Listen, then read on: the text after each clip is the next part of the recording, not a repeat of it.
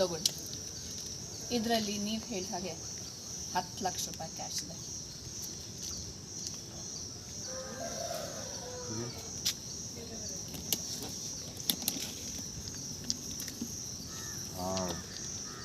ಅವ್ರು ನೋಡ್ತೀರಾ ಮೇಡಮ್? ಮತ್ತೆ ಒಂದು ತಗೊಳ್ಳಿ.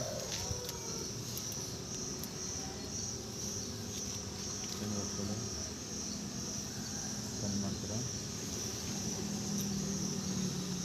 ನೋಡಿ ಮೇಡಮ್. ನಿಮ್ಮ ಕೆಲಸ ಏನಿದ್ರು ನಾನು ಮಾಡ್ಕೊಡ್ತೀನಿ ಬಿಡಿ ಮೇಡಮ್.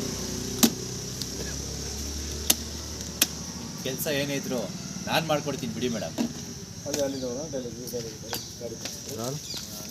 ನಿಮ್ಮ ಕೆಲಸ ಏನೇ ಇದ್ರು ನಾನು ಮಾಡ್ಕೊಡ್ತೀನಿ ಬಿಡಿ ಮೇಡಮ್. ನಮ್ಮ ಮನೇಲಿರೋ ಮುದುಕಿ ಅವತ್ತು ತನ್ನ ಕೈ ಚಳಕ ತೋರಿಸ್ಲಿಲ್ಲ ಅಂತಿದ್ರೆ ಪಲ್ಲವಿ ಕೈಗೆ ಬೇಡಿ ಹಾಕ್ಸ್ಬೋದಿತ್ತು.